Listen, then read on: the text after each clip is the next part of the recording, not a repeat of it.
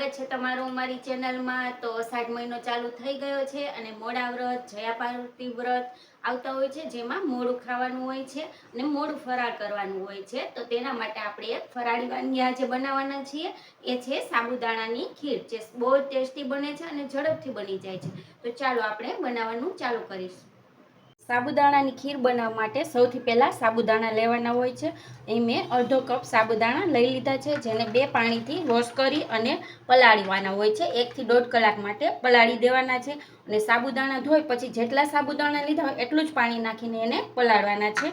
તો મેં પહેલેથી જ પલાળી લીધા હતા અને તમને હું બતાવું, આ રીતે છૂટા પડેલા હોવા જોઈએ, જે આમ દબાવો તો સરસ પલળી ગયા છે। અને તેના માટે આપણે અહીં દૂધ લઈ લેવાનું છે, ફૂલ ફેટ દૂધ લેવાનું છે, જે 750 ml દૂધ લઈ લીધું છે। તો સૌથી પહેલાં આપણે દૂધને ગરમ કરવા મૂકી દઈશું।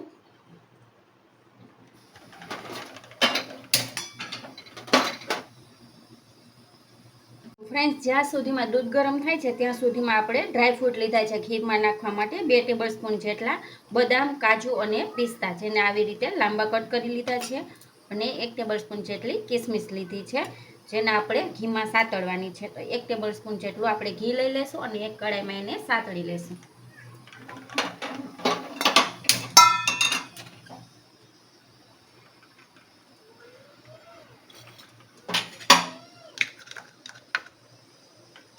ઘી ગરમ થાય એટલે આપણે આ જે ડ્રાયફ્રૂટ લીધા છે એ એડ કરી દઈશું।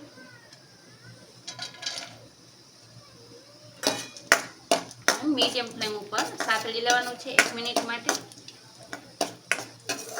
પહેલા કાજુ, બદામ, પિસ્તા સાતળી લેશું આપણે, ત્યારબાદ આપણે એમાં કિસમિસ નાખવાની। પહેલેથી બધું હારે નાખી દેશું તો કિસમિસ છે એ બળી જશે। આ રીતે સ્લો ફ્લેમ ઉપર આપણે એને સાતળી લેવાનું છે। તો હવે એમાં કિસમિસ આપણે એડ કરી દઈશું।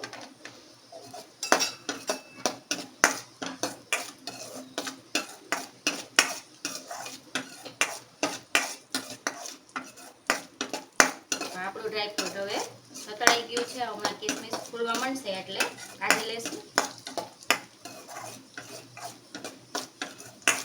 હવે ગેસની ફ્લેમ બંધ કરી દઈશું। કિસમિસ સરસ ફૂલી ગઈ છે। પાછું એક પ્લેટમાં આને આપણે કાઢી લેવાનું છે।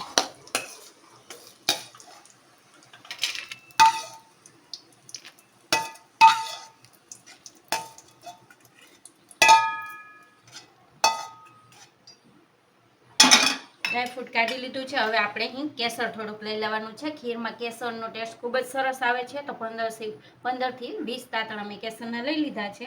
જે આપણે દૂધ ગરમ કરવા મૂક્યું છે એમાંથી થોડુંક ગરમ દૂધ આપણે એડ કરી દઈશું, જેથી કલર સરસ આવી જશે, કેસરનો પલળી જશે।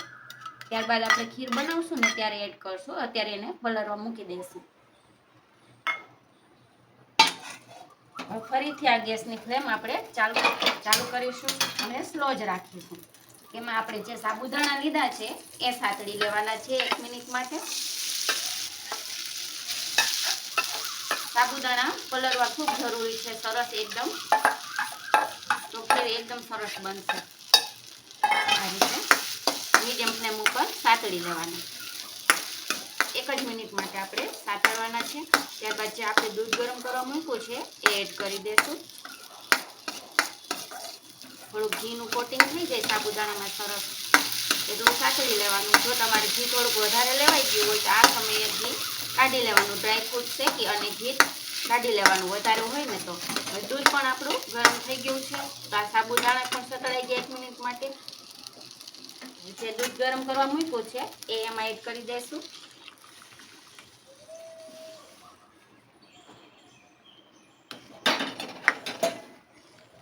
હવે આ રીતે સતત હલાવતું રહેવાનું છે। સાબુદાણા છે એટલે તળિયે બેસી ન જાય એ વાતનું ખાસ ધ્યાન રાખવાનું છે।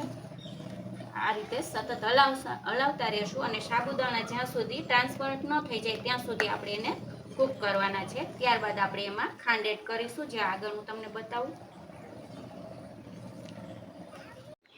તો ફ્રેન્ડ્સ, જોઈ શકો છો સાબુદાણા ટ્રાન્સપરન્ટ થઈ ગયા છે। જો હવે આપણે એમાં અત્યારે ખાંડ એડ કરી દેવાની છે, જે 1/3 કપ ખાંડ લીધી છે।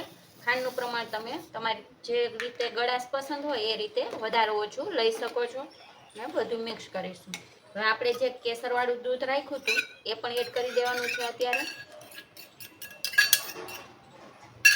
મેં આ ઇલાયચી પાવડર લીધું છે, અડધી ટીસ્પૂન જેટલો જ હશે એ એડ કરવાનું. એ ખાસ એડ કરજો ઇલાયચી પાવડર, એનાથી ટેસ્ટ ખૂબ જ સરસ આવે છે. અને જે આપણે ડ્રાયફ્રૂટ તળીને રાખ્યું એ પણ થોડુંક એડ કરી દેવાનું છે અત્યારે, થોડુંક ગાર્નિશિંગ માટે આપણે રાખી દઈશું. હવે બધું જ આ પાછું ઉકાળવાનું છે એકદમ સરસ, થોડુંક ઠીક થઈ જાય ત્યાં સુધી. અને અત્યારે આ ટ્રાન્સફર થતા સાબુદાણાને 5 જ મિનિટ જેટલો ટાઈમ લાગ્યો છે. અને હવે 5 મિનિટ હવે પાછો લાગશે, એટલે 10 મિનિટમાં જ આપણી ખીર તૈયાર થઈ જાય છે. પરંતુ સાબુદાણા પહેલેથી પલાળેલા હોવા જોઈએ. તો આગળ હું તમને બતાવું કેટલી થિકનેસ રાખવાની છે. તો ફ્રેન્ડ્સ, તમે જોઈ શકો છો ઘાટું થઈ ગયું છે દૂધ. જે હું તમને બતાવું આ રીતે જોશો તો ચમચામાં કોટિંગ થશે. બસ એટલું જ ઘાટું કરવાનું છે, કારણ કે હજી આ ખીર ઠંડી થશે ને એમ થોડીક ઘટ થવાની છે. એટલે હવે ગેસની ફ્લેમ આપણે બંધ કરી દઈશું અને 15-20 માટે એને થોડીક ઠંડી થવા દઈશું. ત્યારબાદ આપણે એને સર્વ કરીશું. તો ફ્રેન્ડ્સ, જો ખીર ઠંડી થઈ ગઈ છે તો કેટલી ઘટ થઈ ગઈ છે. એટલે મેં બતાવ્યું એટલી તમારે પાતળી રાખવાની છે. હવે ખીરને આપણે ટ્રાન્સફર કરીશું સર્વિંગ બાઉલમાં. જો કેવું સરસ લાગે છે, અને ટેસ્ટી પણ એટલી જ બને છે.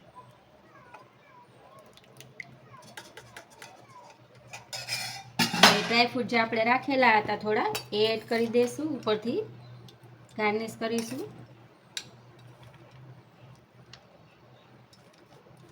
ઘીમાં સાતળેલા હોય છે એટલે ડ્રાયફ્રૂટનો ટેસ્ટ પણ એટલો જ સરસ આવે છે. તો આપણી સાબુદાણા ખીર બનીને તૈયાર છે. આપણી સુપર ડિલિશિયસ સાબુદાણા ખીર બનીને તૈયાર છે. ને તમે આ મારી રીતથી એકવાર આ વ્રત આવે ત્યારે જરૂરથી ટ્રાય કરજો. બહુ જ મજા આવશે ખાવાની વ્રતમાં. તો તમને મારી આ રેસીપી કેવી લાગી એ જરૂરથી કહેજો. અને આ ખીરને ફ્રીજમાં હજી રાખી દેશો તો બહુ જ ટેસ્ટી લાગશે. 1 કલાક માટે ફ્રીજમાં તમે રાખી દેજો. ને તમને જો મારી આ રેસીપી ગમી હોય તો લાઈક અને શેર કરી દેજો, અને અમારી ચેનલને સબસ્ક્રાઈબ કરી દેજો. Thank you. ફરી મળીશું.